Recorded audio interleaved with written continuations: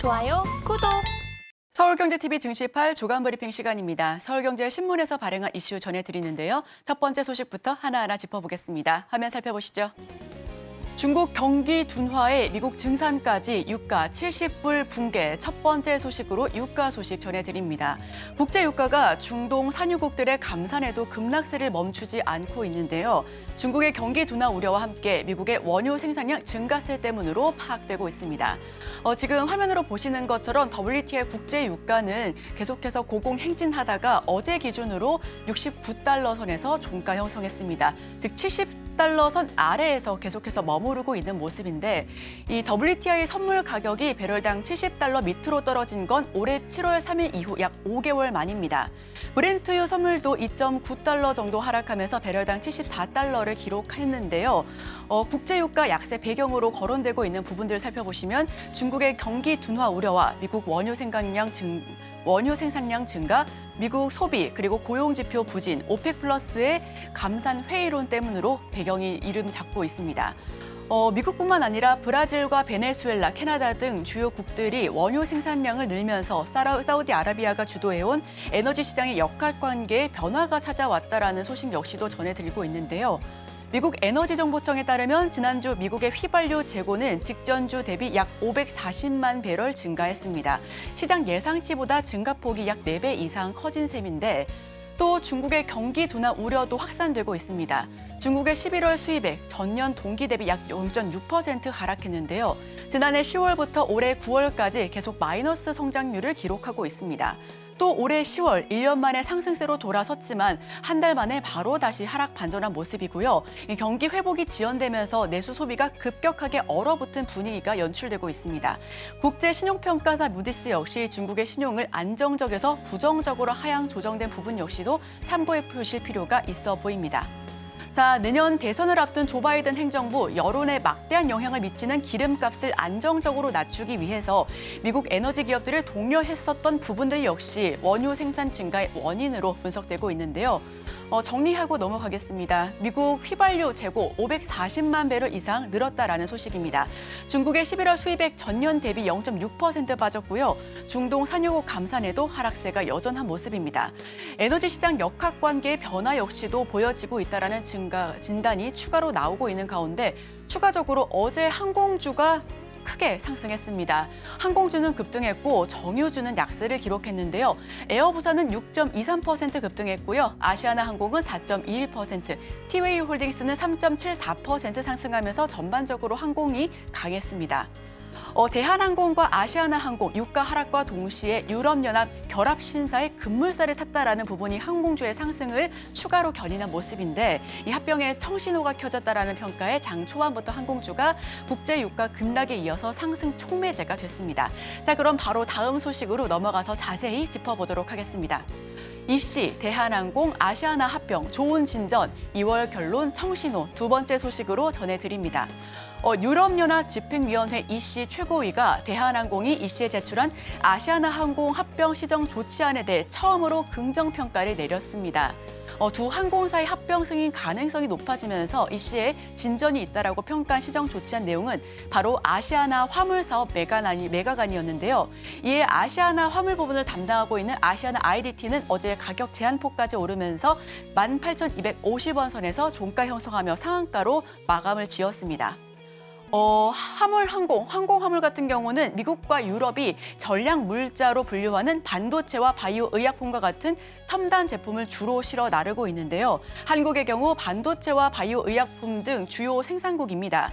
양사의 합병이 첨단 제품의 운송 가격을 인상시킬 수 있다는 논란이 커져가고 있으면서 주요국들이 지속적으로 주시해 오고 있었는데 지금 아시아나항공과 대한항공 합병 주요 일지를 차례대로 살펴보시면 처음 발발한 건 2019년 7월이었습니다. 아시아나항공 항공 매각 이슈가 처음으로 발발이 됐고요. 2020년 11월 대한항공은 아시아나항공 인수를 발표했습니다. 다만 5월 이후에서 독과점 우려가 보여진다며 중간 보고서를 발표하면서 이 내용이 점점 딜레이가 되면서 즉 2023년까지 질질 끌어온 셈인데 대한항공 같은 경우에는 유럽 4개 노선, 국내 타 항공사 진입 방안 등 새로운 시정 조치안을 이시에 제출했습니다. 이에 대해 긍정적인 평가가 나오고 있는 거고요. 국내 저비용 항공사 중 아시아나 화물 사업을 인수할 기업을 찾겠다며 다만 LCC 같은 경우에는 시큰둥한 모습입니다. 아시아나항공은 지난달 2일 임시이사회를 개최했죠. 대한항공의 시정 조치안 제출 내용에 따라 동의 여부 안건을 상의해서 가결하겠다라는 내용인데 주요 내용은 아시아나 화물 사업을 매각하겠다라는 부분이었습니다. 단 이사진 간 이견이 많아서 결국 난항을 겪긴 했지만 통과가 됐었던 부분 역시도 확인하실 수가 있고요. 어제장에서 이런 내용이 조금 급물살을 타면서 아시아나 화물 항공 부분이 결국 상한가에 진입하면서 급물살을 탈 것으로 기대감이 큰 부분입니다. 자, 정리하고 넘어가겠습니다. 아시아나 화물 통매각 제한의 호평 일색이고요. 내년 2월 14일까지 잠정적 심사를 마칠 것이다라는 평가가 이어지고 있습니다. 이 성사 시에는 미국 승인 가능성 또한 높아지고 국내 LCC 실제 인수할지 여부가 관건으로 자리 잡고 있는 가운데 국내 저비용 항공사는 이에 대해 부정적인 견해를 계속해서 내비치고 있다는 점도 투자 판단에 참고해 주시길 바랍니다. 자, 그럼 다음 소식으로 넘어가 보겠습니다. 유니세프 납품 콜레라 백신 캐시카우, 유바이오로직스 내년 초 이 공장도 콜레라 백신 생산 허가를 받을 계획입니다. 내년 상반기, 내년 하반기에는 원액, 2025년 상반기부터는 완제품을 생산할 수 있을 것으로 기대감이 큰데요. 하나하나 내용을 살펴보시면 유바이오로직스는 어제 2.27% 급등하면서 9,927원 선에서 거래 마쳤습니다. 경구용 콜레라 백신 그리고 바이오 의약품 제조 및 수탁을 연구하는 곳인데 최근 2에서 3년 간 아프리카 지역에 콜레라가 확산되면서 백신 생산 능력을 키워야 할 필요성이 점점 더 커져가고 있었죠. 다만 지난해 말 인도의 샨타 바이오텍사는 수익성을 이유로 백신 생산을 잠정 중단했는데요. 유바이오로직스는 사실상 지금부터 전 세계 독점 공급 대상자가 된 상황입니다. 2016년부터 시작한 콜레라 백신은 그동안 적자 산업이었습니다. 향후 캐시카우가 될 전망인데 유니세프가 콜레라 백신의 공급 안정을 위해 공급가를 올해 20%, 내년 20%까지 올리면서 1도즈당 1.88달러로 맞추기로 했습니다. 유니세프의 대규모 납품 요청에 유바이오로직스는 내년 4년 만에 흑자 전환을 달성할 것으로 보여지고 있는데요.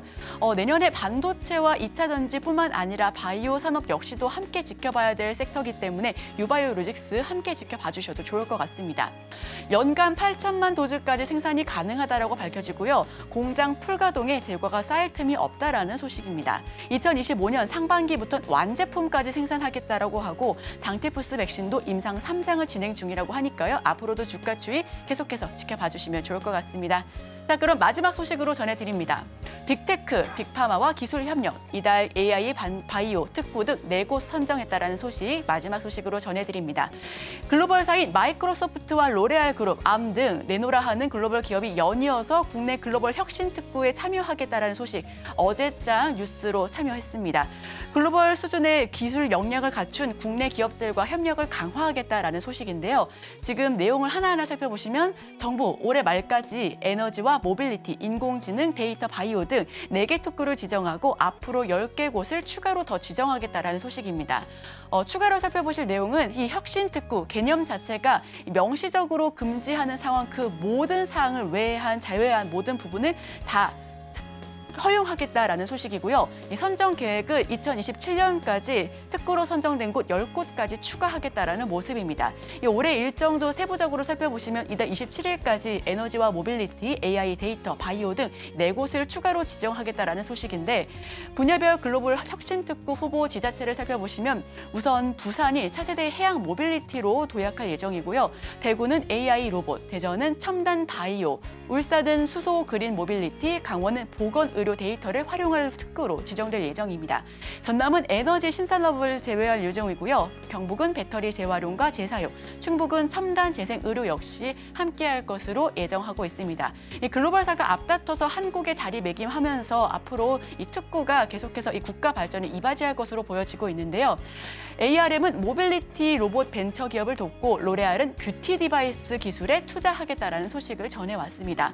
일본 바이오 기업들과도 R&D를 추진하기로 하고 모든 실정 사업을 허용한다라는 규제 확 풀면서 앞으로 국가적으로 발전할 것으로 보여지고요. 자유로운 신기술 개발 환경을 조성하겠다라는 목적입니다. 2027년까지 특구를 10곳으로 확대하겠다라는 소식을 마지막 소식으로 전해드립니다. 자, 그렇다면 저희는 바로 이어서 오늘의 일면을 통해서 전문가의 일경과 함께 수혜 종목까지도 살펴보도록 하겠습니다. 저희와 끝까지 함께 하시죠. 좋아요, 구독!